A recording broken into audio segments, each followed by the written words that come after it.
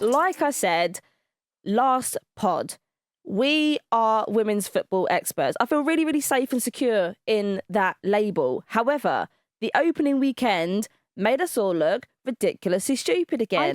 I disagree. You disagree? Okay, so when we had our predictions and we said, okay, well, I said Arsenal, title contenders, boom, Arsenal lose the weekend. We were like, oh, it's going to be X, Y, and Z in the Champions League spots this season. And all of a sudden, who's at the top of the table? Leicester. Right, and who's second? Brighton. Right, and who's third? Man City. Stop the count. It's ridiculous. And where are Arsenal? 10th. Listen, you can lose the opening game to Liverpool of the WSL and still win the Champions League. Arsenal still win the Champions League? But can you? No. We will get to this. You there can are still fine win margins. the WSL. I'm just saying. There are fine margins. To the Arsenal fans, there were a lot of very stressed out Arsenal fans on social media. They're very, very, very stressed. Do not stress yet. If you lose to Man United, maybe then that stress could notch up a little bit. But look, it's happened before. Teams have lost to Liverpool in the opening game and they've gone on to win the league. So don't get too stressed. Okay, that's all I'm going to say. Because people are getting very stressed. It's week 1, guys. It's okay. Right, before we say don't get too stressed, and I absolutely appreciate it's the first weekend, the league was decided in a space of, there was 2 points between Chelsea and Manchester United last season. 2 points, okay? So this is where we're at in terms of like the fine margins. And to start off in that way, I don't think is appropriate. Anyway, it's not appropriate, Idavon. It's not appropriate to make me look this bloody stupid this early on. I don't mind it. So 1-0, they lose at home, record-breaking crowd, over 54,000 people crammed into the Emirates. The vibe around the stadium was huge. In the week before, they just launched this beautiful pink kit, this Stella McCartney collaboration. They did that like Teletubbies style shoot in the field. It was gorgeous. Everyone looked incredible. There was a big buzz, lovely atmosphere. Everyone was really excited. There was like burger vans out in full force. You've got like stations being shut down. Everyone's out in their front garden. Loads of people wearing like Miedemar shirts, little shirts, everything. The whole shebang. And little shirts is in Kim Little, not like size. Tiny Unless shirts. they were small. In which case they were little shirts. The band's out, the drums are going, everything. And then all of a sudden, Arsenal collapse at their stadium. You think it's unfair? No, what was that face? Well, I just think more credit needs to go to the way Liverpool set up as opposed to Arsenal collapsing. I think like the first half, Arsenal were, forced wide. It was a tactic by Liverpool. They set up well defensively to nullify kind of Arsenal coming through the middle, force them wide. And it meant then that Arsenal were just like flinging crosses in. I think it was Flo Lloyd-Hughes.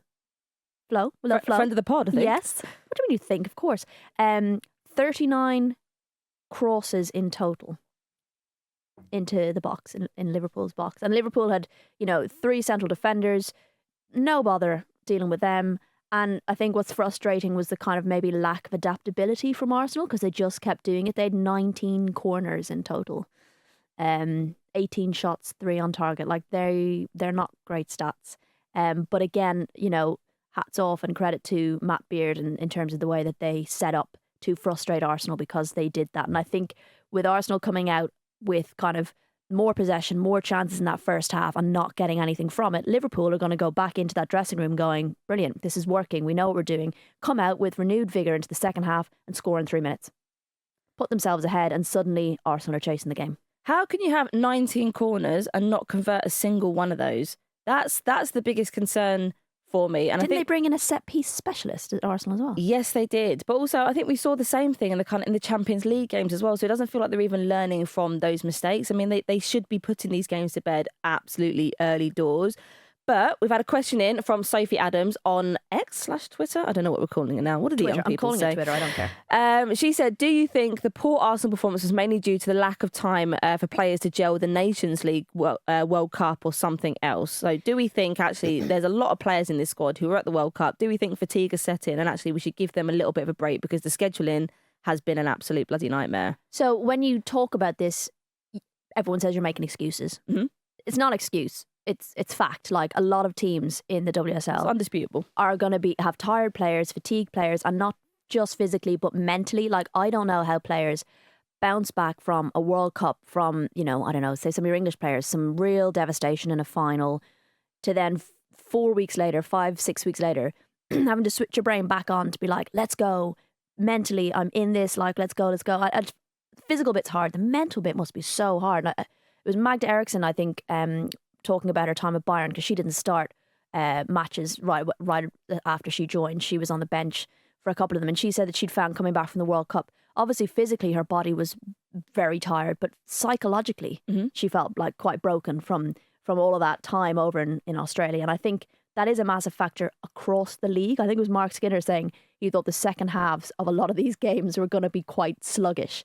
I think every team looked like they had fatigue, and I think teams like your Arsenals and that, who had a lot of players going off for Nations League, and you had players in for 10 days and then they were gone again, and all that kind of stuff. It is a factor. You can't deny it's a factor, but it can't be used as an excuse, because when you've got a squad that stacked, you need to be performing. And it feels like after the Champions League knockout, now you've got the first game loss.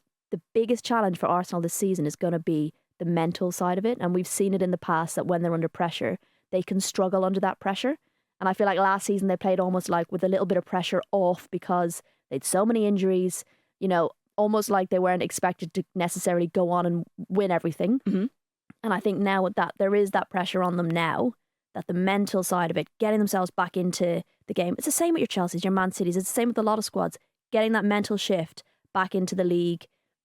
Last season they had the fact that so many players were injured. They were fighting for each other. There was that kind of grit and determination, and that it pulled them together. And maybe that's an area that they're going to struggle with a little bit, I think.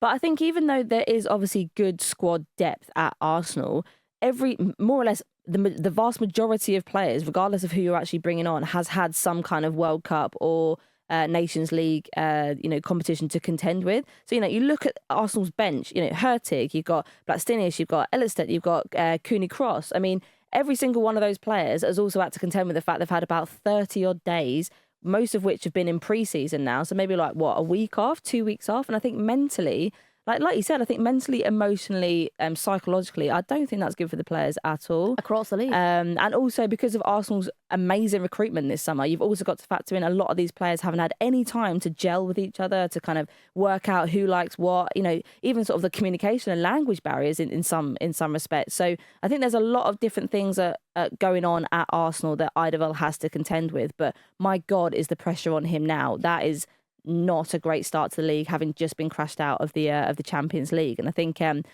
afterwards he was apologising to fans, which I think was probably a nice thing to do. Fans did not come along to that 54,000 Emirates game expecting their sort of like massive title contending, beautifully dressed squad to go out in that, or to start the league in that fashion. He said, when he was asked about whether the loss was significant, he said it's big. The Champions League exit or not, it's really disappointing to lose a game, especially at home, especially having 54,000 fans that turn up and give incredible support. Also, a shout out to the fans, how they supported the team and all the way to the final whistle was incredible. He wanted to thank everyone, and sorry we didn't perform better. It's like Tim Stillman spoke a little bit about this in his piece, friend of the pod, another one, where he spoke about Arsenal played a back three, Lotta Wubben-Moy, Jen Beattie, Steph Catley, and we talk a lot about their recruitment this summer, but one area they didn't really recruit was the right back. And Noel Moritz was injured, so straight away, first game, you're having to shift the pieces around a little bit. It was Chloe Lacasse, I think, that played there, right?